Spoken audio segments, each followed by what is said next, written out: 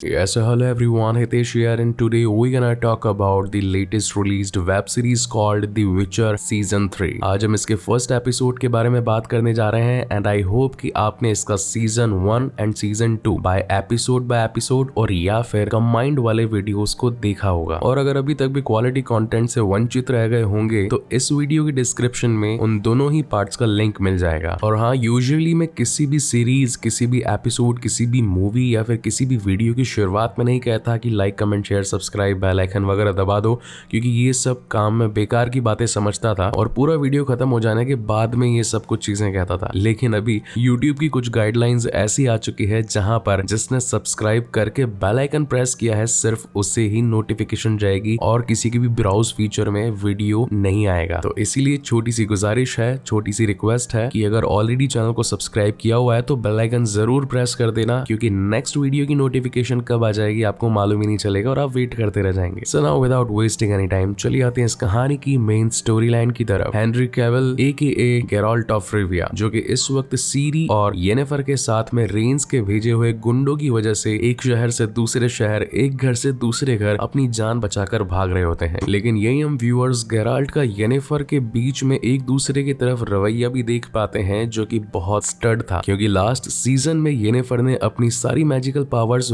वापस पाने के लिए सिरिला यानी कि सीरी को अपना चारा बनाया था। हालांकि मोनोलिथ की तरफ से कंजंक्शन ऑफ स्पेयर का जब दरवाजा खुल जाता है और दूसरी दुनिया और क्रीचर्स यहाँ पर एलियन वगैरह हमला करने वाले थे तो बचाया भी येनेफर नहीं था। मगर गेराल्ट को इस बात का गुस्सा था कि आखिर येनेफर ने सीरी को अपना चारा बनाया ही क्यों, सिर छिपाने के लिए। हालांकि ये लोग एक ही घर में तो रह रहे थे मगर आपसी बातचीत में चिट्ठियों का यूज करते थे। येनेफर जानती थी कि जल्द ही बड़े खतरे आने वाले हैं और उसके लिए सीरी को तैयार करना भी जरूरी है, इसलिए वो उसे केओस मैजिक का इस्तेमाल करके उसे एक अच्छी विच बना रही थी। मगर सीरी के अनकंट्रोलेबल केओस मैजिक को हैंडल करना अकेले येनेफर की बस की बात नहीं थी, क्योंकि सीरी पार्ट एल्वन थी, यानी कि उसके अंदर एल्वन ब्लड लाइन थी। धीरे धीरे समय आगे बढ़ता है और गुंडों से अपने आप को बचाने के लिए गेराल्ट अपने एक पुराने दोस्त यारपन के पास मदद लेने के लिए जाता है और वो उन्हें एक नया घर, एक नई छत दे डालता है। सब कुछ अगेन नॉर्मल चल रहा था और ये लग रहा था कि यहाँ पर गुंडे ने परेशान करने के लिए नहीं आएंगे। अगेन येनेफर और सीरी के बीच में प्रैक्टिस वगैरह शुरू हो जाती है मैजिक को लेकर और इवेंचुअली सीरी भी इन दोनों का साथ पाकर खुश थे। तभी यारपन वहां पर आता है और कहता है कि आज रात को एक वैलेंटाइन फेस्टिवल है, अगर तुम लोग अपना थोड़ा मूड वगैरह सही करना चाहो तो वहां पर जा सकते हो। जिसके बाद ये तीनों ही अपने कॉस्ट्यूम्स चेंज करके उस फेस्टिवल में पहुंच जाते हैं। और फिर आता है इस पूरे एपिसोड का वन ऑफ द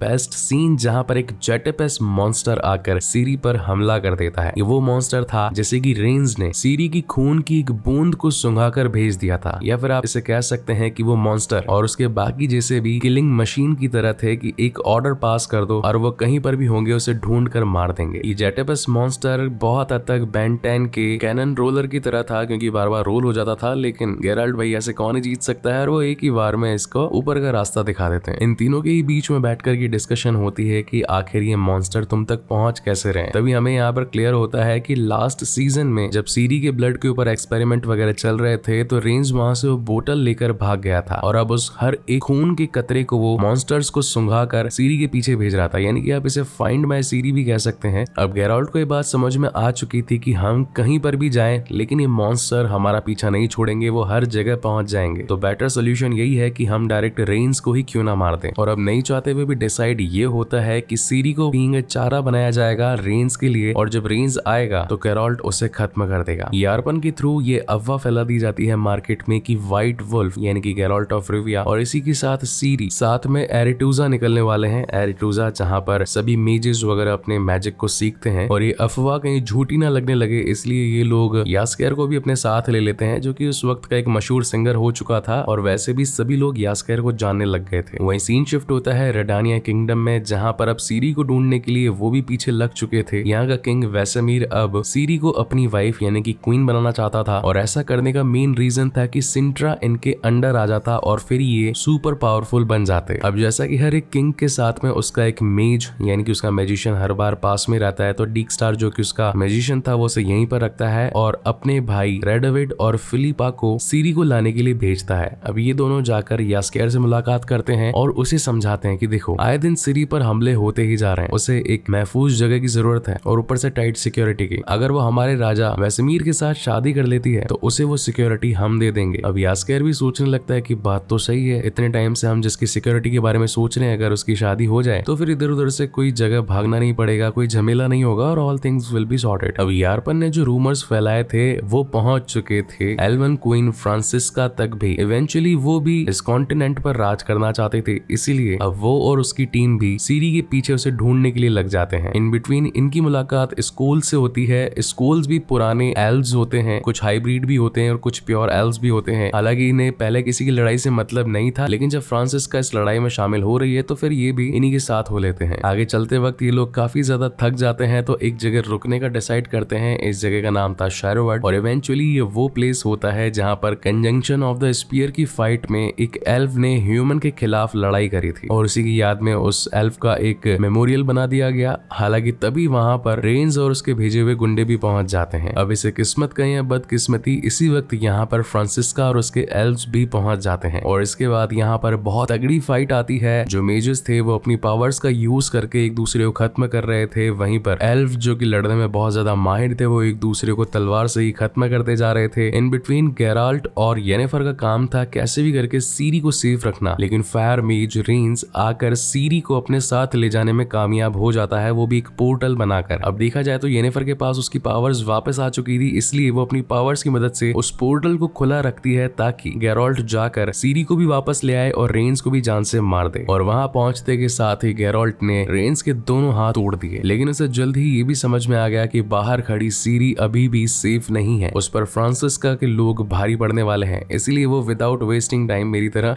वापस से बाहर आ जाता है उन सभी की हेल्प करने के लिए। अब क्योंकि गुंडे बहुत ज्यादा थे तो जब तक एक तगड़ा वॉरियर सामने नहीं आएगा तो उनको नानी कैसे याद दिलाई जाए। तो अगेन यहाँ पर हमारे गेराल्ट व्हाइट वुल्फ एक एक करके सभी को धूल चटा देते हैं। अब हालांकि यहाँ पर गेराल्ट वापस तो आ चुका था रेंज को बिना मारे, मगर आने से पहले उसने रेंज की लोकेशन देख ली थी कि वो इस वक्त मौजूद कहाँ पर है। इस चलती लड़ाई में फ्रांसिस्का का भाई भी मारा जाता है। हालांकि फिलामेंडल जो कि अब ऑलमोस्ट टीम को लीड कर रहा था, उसे लगता है कि हम इससे जीत नहीं सकते, गेराल्ट यहाँ पर है तो अपनी जान को बचाकर भाग लेना ही सही रहेगा। उन सभी के चले जाने के बाद में सीन रात में शिफ्ट होता है और यहाँ पर येनेफर का गेराल्ट से कहना था कि जब रेंज ने पोर्टल बनाया था तो उसे डार्क मैजिक की कुछ वाइब्स आ रही थी। इसका मतलब ये है कि जरूर कोई डार्क मेज के लिए काम कर रहा है। अब मेजेस जो होते हैं वो बहुत सारे होते हैं, कुछ किंग्स के लिए अच्छा काम करते हैं तो कुछ डार्क पावर्स पाने के लिए एक डार्क मेज बन जाते हैं, लेकिन आखिर वो डार्क मेज है कौन? ये सब सुनकर गेराल्ट समझ गया था कि ये लोग साथ मिलकर उसे खत्म नहीं कर पाएंगे, इन्हें अलग अलग दिशाओं में जाना पड़ेगा क्योंकि अभी तक सीरी भी ट्रेंड नहीं है, पोर्टल्स बनाने में इतनी माहिर नहीं है। और जैसे आज वापस से गेराल्ट को भाग कर आकर सीरी की जान बचानी पड़ी तो ऐसा तो हर बार होगा, इसीलिए वो खुद अकेला जाएगा रेंज को मारने के लिए और सीरी अपनी पावर्स को एनहांस्ड करने के लिए एरिटूजा जाएगी अपने आप को और भी अच्छी मैजिशियन बनाने के लिए। ये सब कुछ यास्केर भी देख रहा था और सोच रहा था कि यार अच्छा ही रहेगा कि इन सबको जुदा ना करें और डायरेक्टली सीरी की शादी रेडानिया के किंग वेसेमीर के साथ कर दी जाए, क्योंकि रेडोविट ने तो उससे पहले ही कहा था कि अगर सीरी हमारे किंग के साथ शादी कर लेती है तो उसे टाइट सिक्योरिटी भी मिल जाएगी और ऊपर से रहने के लिए घर भी मिल जाएगा। मगर यास्केर को ये बात नहीं पता थी कि सीरी के पीछे उसके फादर यानी कि व्हाइट फ्लेम या फिर कह सकते हैं कि डूनी भी उसे ढूंढने के लिए आ रहा था और रेडानिया उसके लिए एक बाएं हाथ का खेल था। और इसी तगड़े सस्पेंस के साथ ये शानदार एपिसोड यहीं पर खत्म होता है। सो गाइज, आपको ये वीडियो कैसा लगा प्लीज मुझे लाइक और कमेंट करके जरूर बताइएगा और अगर पहली बार इस चैनल पर आए हैं तो इसे सब्सक्राइब जरूर कीजिएगा। इसका सेकंड एपिसोड भी जल्द ही आपके सामने आएगा। सो तब तक के लिए keep watching and stay safe. मिलते हैं अगले वीडियो में।